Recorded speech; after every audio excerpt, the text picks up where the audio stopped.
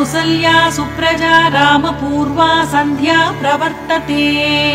उत्तिष्ठ नरशार्दूल कर्तव्यं दैवमाह्निकम् कौसल्या सुप्रजा रामपूर्वा सन्ध्या प्रवर्तते उत्तिष्ठ नरशार्दूल कर्तव्यं दैवमाह्निकम् उत्तिष्ठोत्तिष्ठ गोविन्द उत्तिष्ठ गरुडध्वज उत्तिष्ठ कमलाकान्ता त्रैलोक्यं मङ्गलं कुरु उत्तिष्ठोत्तिष्ठ गोविन्द उत्तिष्ठ गरुडध्वज उत्तिष्ठ कमलाकान्ता त्रैलोक्यं मङ्गलं कुरु मातः समस्त जगदां मधुकैटभारे वक्षो विहारिणि मनोहर दिव्यमूर्ते श्रीस्वामि निःश्रुत जनप्रिय दानशीले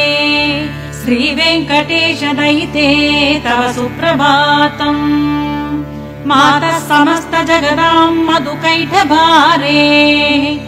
वक्षो विहारिणि मनोहर दिव्यमूर्ते श्रीस्वामि निःश्रुत जनप्रिय दानशीले श्रीवेङ्कटेश दयिते तव सुप्रभातम् तव सुप्रभातमरविन्दलोचने भवतु प्रसन्न मुख चन्द्रमण्डले विधिशङ्करेन्द्र वनिताभिरर्चिते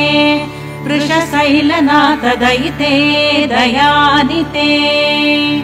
अद्र्यादि सप्तर्षयस्यमुपास्य सन्ध्याम् आकाश सिन्धु कमलानि मनोहराणि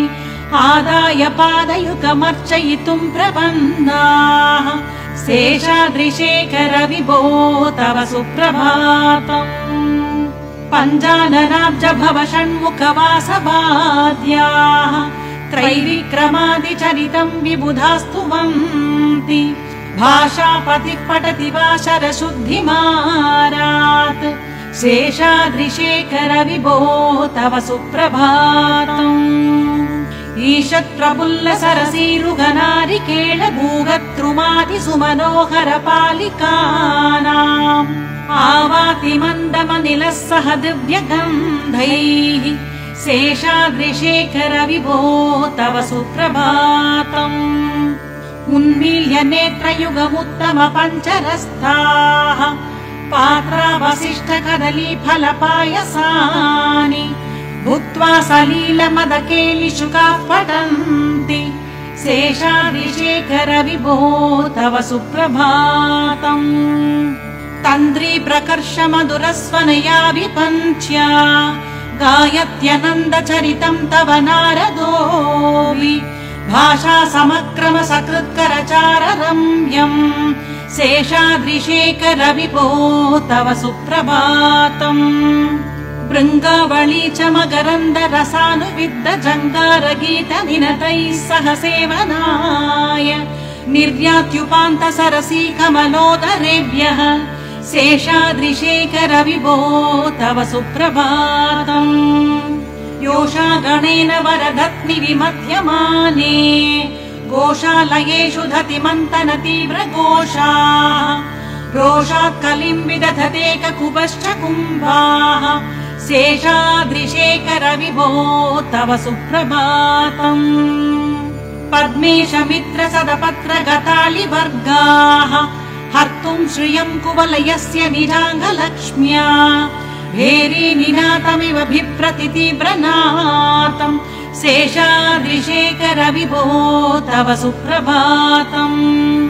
श्रीमन्नभीष्टवरदाखिल लोकबन्धो श्री श्रीनिवास जगदेकदयैक सिन्धो श्रीदेवताग्रगभुजान्तर दिव्यमूर्ते श्रीवेङ्कटाचलपते तव सुप्रभातम् श्रीस्वामि पुष्कर्णिकाप्लव निर्मलाङ्गाः श्रेयोर्दिनो हर विरिञ्चि सनन्दनाद्याः द्वारे वसन्ति वरवेत्र हतोत्तमाङ्गाः श्रीवेङ्कटाचलपते तव सुप्रभातम् श्रीशेषशैल गरुडाचल वेङ्कटाद्रिनारायणाद्रिवृषपाद्रिवृषाद्रिमुख्याम् आख्याम् त्वतीय वसतेरनिशम् वदन्ति श्रीवेङ्कटाचलपते तव सुप्रभातम्। सेवा परा शिव सुरेश कृशाणुधर्म रक्षोऽम्बुनाथ भवमान धनाधिनाथाः पद्माञ्जलि प्रविलसन्निज शीर्षदेशाः श्रीवेङ्कटाचलपते तव सुप्रभातम्। घाटीषु ते विहगराज मृगाधिराज नागाधिराज गजराज हयाधिराजाः स्वस्वाधिकारमहिमाधिकमर्दयन्ते श्रीवेङ्कटाचलपते तव सुप्रभातम्। सूर्येन्दु भौम बुध वाक्पदि काव्य सौरिस्वर्भानुकेतु दिविशत्परिषत् प्रधानाः त्वद्दास दास चरमावति दास दासाः श्रीवेङ्कटाचलपते तव सुप्रभातम्। त्वत्पादधूलिभरित स्फुरितोत्तमाङ्गाः स्वर्गापवर्ग निरपेक्ष निजान्तरङ्गाः कल्पागमाकलनया कुलतां लभन्ते श्रीवेङ्कटाचलपते तव सुप्रभातम्। त्वत्कोपुराग्रशिखराणि निरीक्ष्यमाणाः स्वर्गापवर्ग पदवीं परमां श्रयन्तः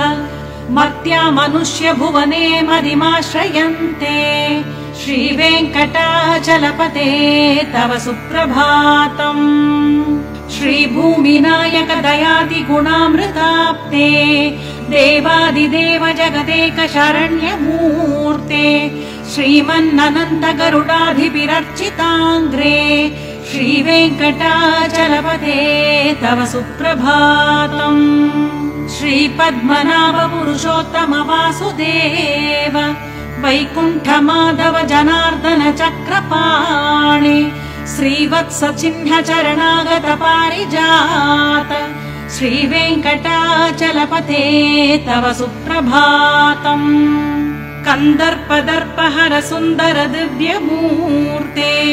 कान्ताकुचाम्बुरुह कुड्मललोल दृष्टे कल्याण निर्मल गुणाकर दिव्य कीर्ते श्रीवेङ्कटाचलपते तव सुप्रभातम्। मीनाकृते कमठकोल नृसिंहवर्णिम् स्वामिन् परश्वत तपोधन रामचन्द्र शेषांश रामयदुनन्दन कल्किरूप श्रीवेङ्कटाचलपते तव सुप्रभातम्। येलालवङ्ग घनसार सुगन्धि तीर्थम् दिव्यम् वियत्सरिति हेम घटेषु पूर्णम् धृत्वाद्य वैदिक शिखामणयः प्रहृष्टाः तिष्ठन्ति वेङ्कटपते तव सुप्रभातम्। भास्वानुतेति विकचाणि सरोरुहाणि सम्पूरयन्ति निनतैककुबो विहङ्काः श्रीवैष्णवा सततमर्तितमङ्गलास्ते दावाश्रयन्ति तव वेङ्कट सुप्रभातम्। ब्रह्मादयः सुरवरास महर्षयस्ते सन्तः सनन्दन मुखास्तव योगिवर्याः धामान्तिके तव हि मङ्गलवस्तु हस्ताः श्रीवेङ्कटाचलपते तव सुप्रभातम्। लक्ष्मी निवास निरवध्य गुणैक सिन्धो संसार सागर समुत्तरणैक सेतो वेदान्त वेद्य निज वैभव भक्त भोग्य श्रीवेङ्कटाचलपते तव सुप्रभातम्। लक्ष्मी निवास निरवध्य गुणैक सिन्धो संसार सागर समुत्तरणैक सेतो वेदान्त वेद्य निज वैभव भक्त भोग्य श्रीवेङ्कटाचलपते तव सुप्रभातम्। इत्थम् वृषाचलपतेरिह सुप्रभातम्। ये मानवाः प्रतिदिनम् पठितुम् प्रवृत्ताः तेषाम् प्रभात समये स्मृतिरङ्गभाजाम् प्रज्ञाम् परार्थ सुलभाम् परमाम् प्रसूते। इत्थम् वृषाचलपतेरिह सुप्रभातम्। ये मानवाः प्रतिदिनम् पठितुम् प्रवृत्ताः तेषाम् प्रभात समये स्मृतिरङ्गभाजाम् प्रज्ञां परार्थसुलभां परमां प्रसूते कमलाकुचूचुक कुङ्कुमतो नियतारुणितातुलनीलतनो कमलायतलोचन लोकपते विजयी भव वेङ्कटशैलपते कमलाकुचूचुक कुङ्कुमतो नियतारुणितातुलनीलतनो कमलायतलोचन लोकपते विजयी भव वेङ्कटशैलपते स च दुर्मुख षण्मुख पञ्चमुख प्रमुखाखिल दैवतमौलिमणे शरणागत वत्सल सारनिधे परिपालय मां वृषशैलपते अतिवेलतया तव दुर्विषहैयनुवेल कृतैयपराधशतैः भरितं त्वरितं वृषशैलपते परया कृपया परिपाहि हरे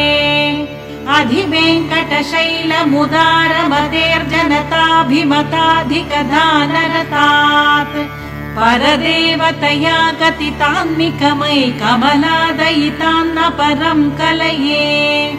कलवेणुरवा वशगोपवतु शतकोटिभृतात् स्मरकोटिसमात् प्रतिवल्लविकाभिमतात् सुखतात् वसुदेवसुतान्न परं कलये अभिराम गुणाकरदाशरथे जगदेक धनुर्धर धीरमते रघुनायक राम रमेश विभो वरदो भवदेव दयाचलदे अवनीतनया कमनीयकरं रजनीकर चारुमुखाम्बुरुहम्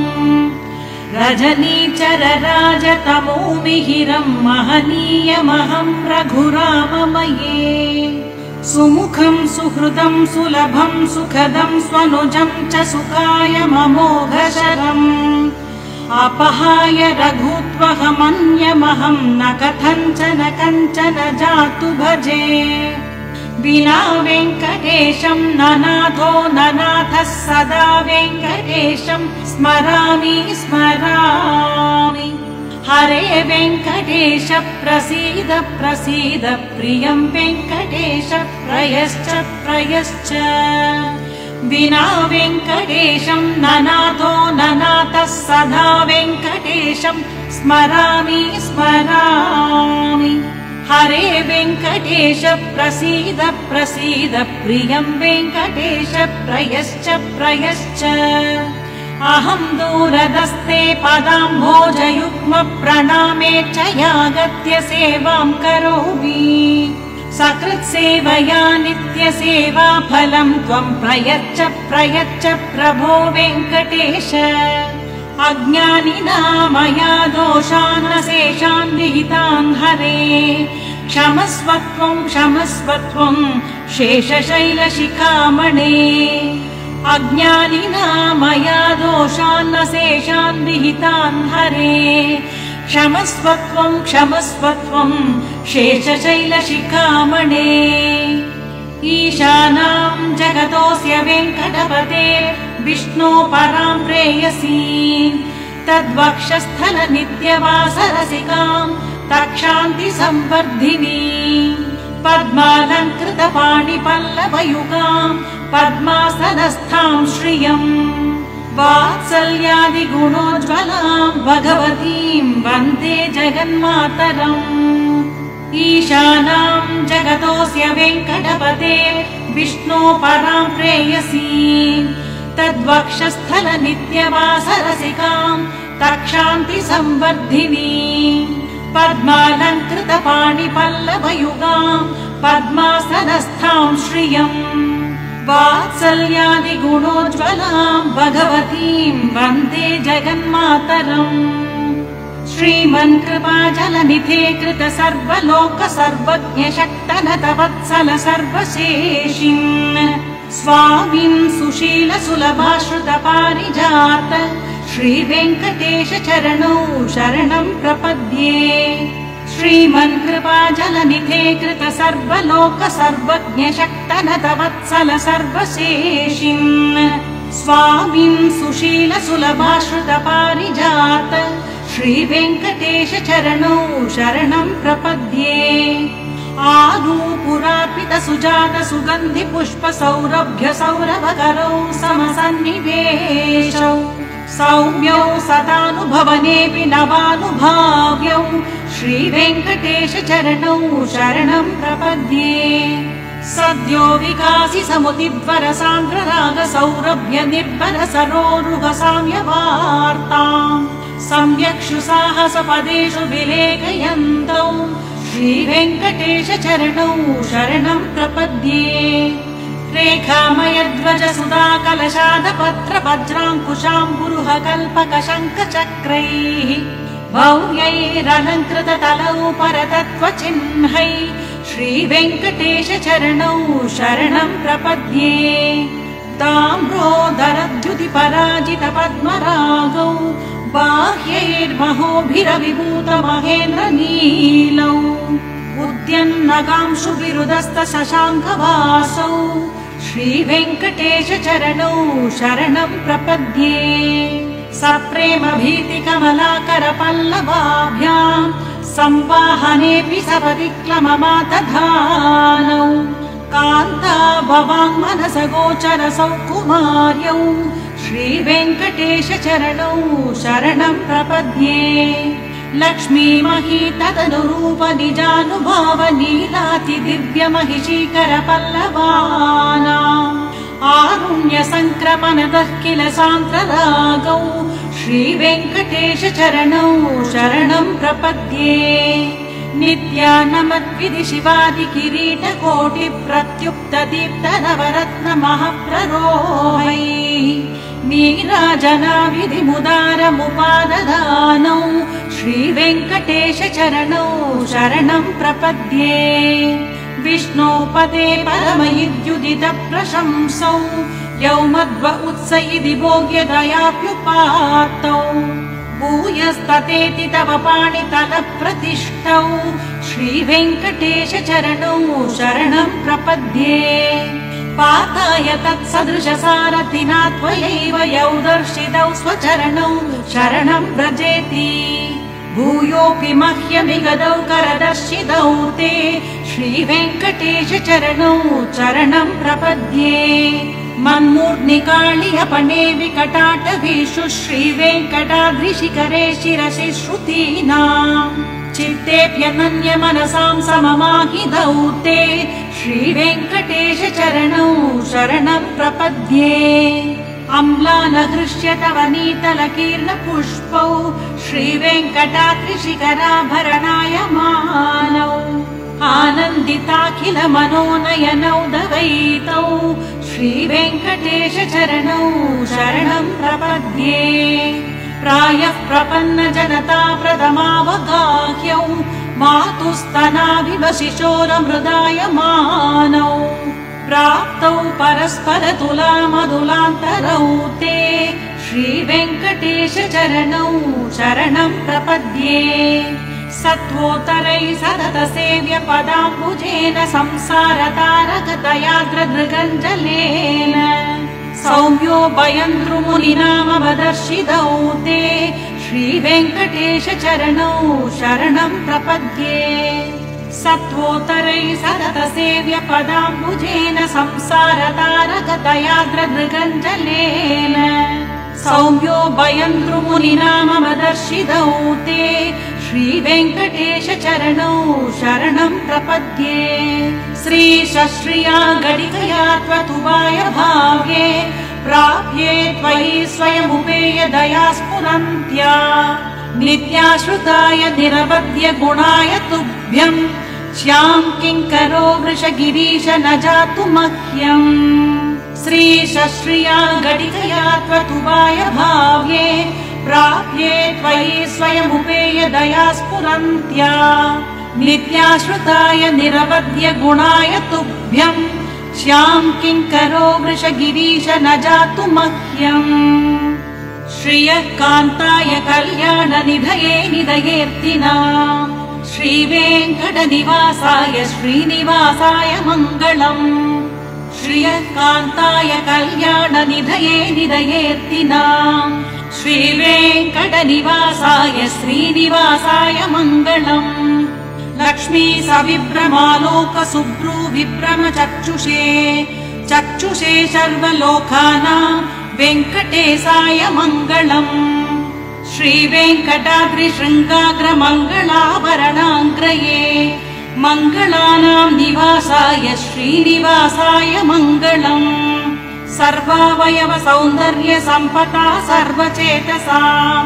सदा सम्मोहनायास्तु वेङ्कटेशाय मङ्गलम् नित्याय निरवध्याय सत्यानन्द चिदात्मने सर्वान्तरात्मने श्रीमद्वेङ्कटेशाय मङ्गलम् स्वतः सर्वविदे सर्वशक्तये सर्वशेषिणे सुलभाय सुशीलाय वेङ्कटेशाय मङ्गलम् परस्मै ब्रह्मणे पूर्णकामाय परमात्मने प्रयुङ्गे परतत्त्वाय वेङ्कटेशाय मङ्गलम् आकालतत्त्वमश्रान्तमात्मनामनुपश्यताम् अतृत्यमृतरूपाय वेङ्कटेशाय मङ्गलम् प्रायस्व चरणौ पुंसां शरण्यत्वेन पाणिना कृपया दिशते श्रीमद्वेङ्कटेशाय मङ्गलम् दयामृततरङ्गिण्यास्तरङ्गैरिव शीतलैः अपाङ्गैः सिञ्चते विश्वं वेङ्कटेशाय मङ्गलम् स्रग्भूषाम्बरहेतीनां सुषमावहमूर्तये सर्वार्तिसमनायास्तु वेङ्कटेशाय मङ्गलम् श्रीवैकुण्ठविरक्ताय स्वामि पुष्करिणीतटे रमया रममाणाय वेङ्कटेशाय मङ्गलम् श्रीवैकुण्ठविरक्ताय स्वामि पुष्करिणीतटे रमया रममाणाय वेङ्कटेशाय मङ्गलम् श्रीमत्सुन्दरजामातृमुनिमानसवासिने सर्वलोकनिवासाय श्रीनिवासाय मङ्गलम् मङ्गलाशासनपरैर्मदाचार्य पुरोगमैः सर्वैश्च पूर्वैराचार्यैः सत्कृतायास्तु मङ्गलम्।